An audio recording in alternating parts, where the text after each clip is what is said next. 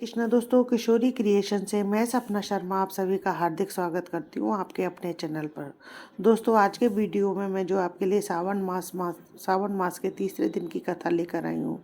इससे पहले दो दिनों की कथा के वीडियो जो है मैंने मेरे चैनल पर डाले हुए हैं, जिनके लिंक जो है मैं आपको डिस्क्रिप्शन बॉक्स में दे दूँगी, जिनको आप वहाँ पर जाकर देख भी सकते हैं और श्रवण भी कर सकते हैं। श्रावण मास महात्म में जो है स्कंद पुराण के अंतर्गत आता है। इसमें 30 अध्याय दिए हैं। श्रावण मास महात्म्य का तीसरा अध्याय प्रारंभ करने से पहले आज के वीडियो में आपको जो है मैं महामृत्युंजय मंत्र की जानकारी दे रही हूँ। सबसे पहले जानते हैं महामृत्युंजय मंत्र। ओम त्र्यंबकम यजामहे सुगंधिम पुष्टिवर्धनम उर्वारुकमिव बंधनान मृत्युर्मुक्षीयमामृतात्। यह महान शक्तिशाली मृत्युंजय मंत्र इसका 108 बार पाठ करने से प्राणी पर आया हुआ संकट जो है दूर हो जाता है। दोस्तों, मैं आपको बता दूं कि महामृत्युंजय मंत्र की रचना जो है मार्कंडेय ऋषि ने अपने प्राणों पर आए हुए संकट को दूर करने के लिए ही की थी। अगर किसी पर भी मृत्यु का संकट आ जाता है तो आज भी जो है महामृत्युंजय मंत्र के 1.25 लाख जाप करवाए जाते हैं, जिससे उसका यह मृत्यु योग टल जाता है। तो दोस्तों, यह मंत्र जो है हमारे प्राणों पर आए हुए संकट को दूर करने में बहुत सहायक होता है। दोस्तों, आइए जानते हैं श्रावण मास महात्म्य का तीसरा अध्याय, जिसमें हम जानेंगे कि भगवान शिव की लक्ष्य पूजा के वर्णन के बारे में। इसके पहले 2 अध्यायों में हमने जाना कि भगवान शिव जो है सनत कुमारों की पूजा से प्रसन्न होकर उनको व्रत के नियम और श्रावण मास में पड़ने वाले व्रतों की जानकारी देते और साथ ही पूरे श्रावण मास की प्रत्येक तिथि का व्रत और उनके देवता के बारे में बताते। चारों मासों के वर्जित वस्तुओं के बारे में बताते।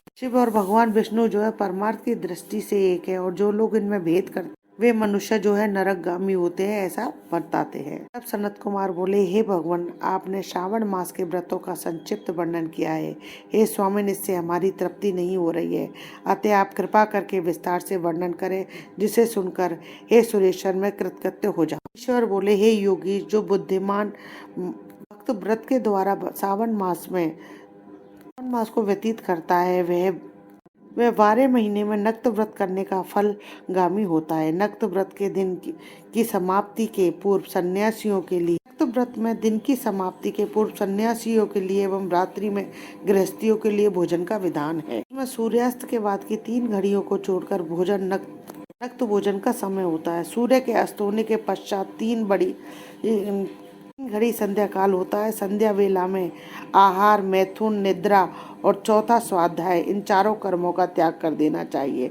गृहस्थ और यति के भेद से इनकी व्यवस्था के विषय में मुझे सुनाइए। सूर्य के मंद पड़ जाने पर जब अपनी छाया अपने शरीर से दुगनी हो जाती है तो उस समय के भोजन को यति के लिए नक्त भोजन कहा गया है। रात्रि भोजन नक्त भोजन नहीं होता है। तारों के दृष्टिगत होने पर विद्वानों ने गृहस्थ के लिए नक्त कहा है। यति के लिए दिन के 8वें भाग का शेष रहने पर भोजन का विधान है। उसके लिए रात्रि में भोजन का निषेध किया गया है। उसको चाहिए कि वह विधि पूर्वक रात्रि में नक्त भोजन करे और यति, विधवा तथा विदुर व्यक्ति सूर्य के रहते नक्त व्रत करे। विदुर व्यक्ति यदि पुत्रवान है तब उसे भी रात्रि में ही नक्त व्रत करना चाहिए।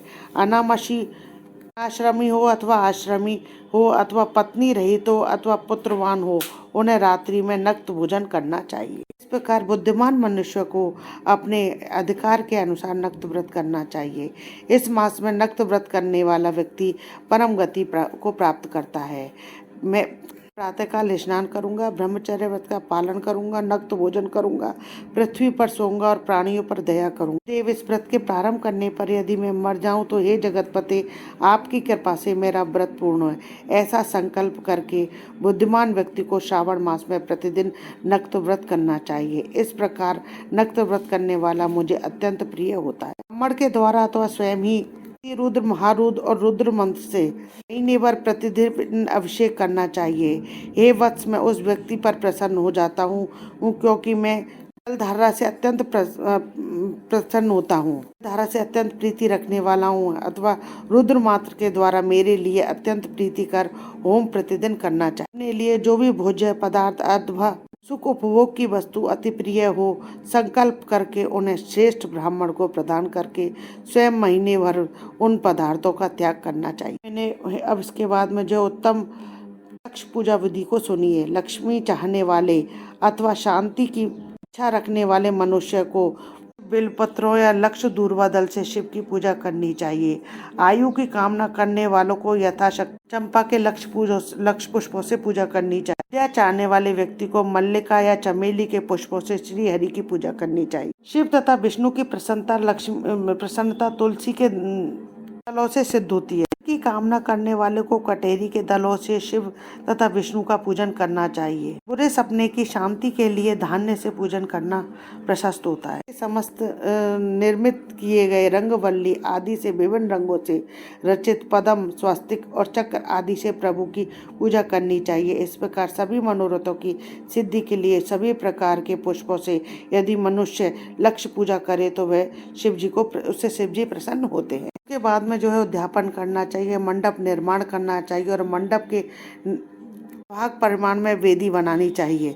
उसके बाद में वाचन करके आचार्य का वर्ण करना चाहिए और उस मंडप में भी प्रविष्ट होकर गीता तथा वाद्य के शब्दों और तीव्र वेद ध्वनि से रात्रि में जागरण करना चाहिए। के ऊपर उत्तम लिंगोत्तम बनाना चाहिए और उसके बीच में चावलों से सुंदर कैलाश का निर्माण करना चाहिए। ऊपर तांबे का अत्यंत चमकीला तथा पंच पल्लव युक्त कलश स्थापित करना चाहिए और उसे रेशमी वस्त्र से वेष्टित कर देना चाहिए, यानी बांध देना चाहिए। उसके ऊपर पार्वती पति की स्वर्णमयी प्रतिमा स्थापित करनी चाहिए। उसके पश्चात दीप और नैवेद्य से प्रतिमा की पूजा करनी चाहिए। फिर गीत, वाद्य यंत्र एवं वेद शास्त्र तथा पुराणों के पाठ के द्वारा रात्रि में जागरण करना चाहिए। इसके बाद प्रातः काल स्नान करके भली भांति जो है पवित्र हो जाना चाहिए। फिर अपनी शाखा से निर्दिष्ट विधान के अनुसार वेदी का निर्माण करना चाहिए। उसके बाद में मूल मंत्र से गायत्री मंत्र से या फिर शिव के सहस्त्र नामों के द्वारा तिल और खीर से मिश्रित चीजों से हवन करना चाहिए। फिर जिस मंत्र से पूजा की गई है उससे ही हवन करना चाहिए। शर्करा मिर्च से जो है चरु की आहुति डालनी चाहिए। सृष्टकृत होम करके पूर्ण आहुति डालनी चाहिए। इसके बाद में वस्त्र आभूषणों से जो है भली भांति आचार्य का पूजन करना चाहिए।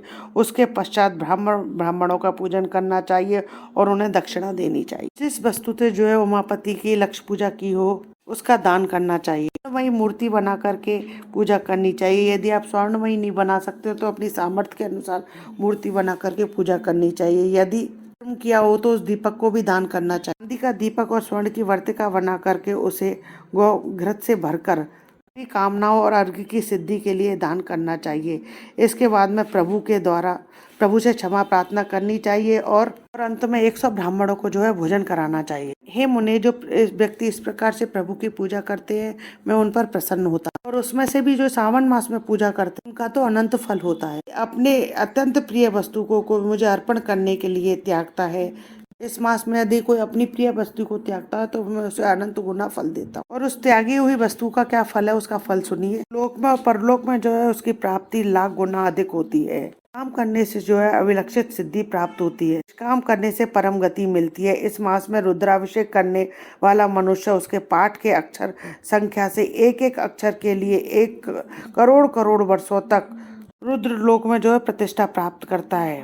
पंचामत अभिषेक करने से जो है मनुष्य अमरत्व को प्राप्त करता है। जो मनुष्य भूमि पर शयन करता है उसका फल सुनिए। श्रेष्ठ वह मनुष्य 9 प्रकार के रत्नों में से बड़ी सुंदर वस्त्रों से आच्छादित, बिछे हुए कोमल गद्दों से सुशोभित, तकियों से युक्त और रमणीय स्त्रियों से विभूत रत्न निर्मित दीपों से मंडित तथा अत्यंत मृदु तथा गरुणाकर वालमणि निर्मित अथवा हाथी दांत की बनी हो अथवा चंदन की बनी हो उत्तम और शुभ शैया प्राप्त करता है। मास में जो है ब्रह्मचर्य का पालन करने से वीर्य की दृढ़ पुष्टि होती है। ओज बल शरीर भी दृढ़ता और जो भी धर्म के विषय में उपकारक होते हैं उसे प्राप्त हो जाते हैं। निष्काम ब्रह्मचर्यवती साक्षात ब्रह्म की प्राप्ति होती है। तो स्वर्ग तथा सुंदर अंगनाओं की प्राप्ति होती है। मास में दिन रात केवल दिन में अथवा भोजन के समय व्रत धारण करने वाला भी महान वक्ता हो जाता है।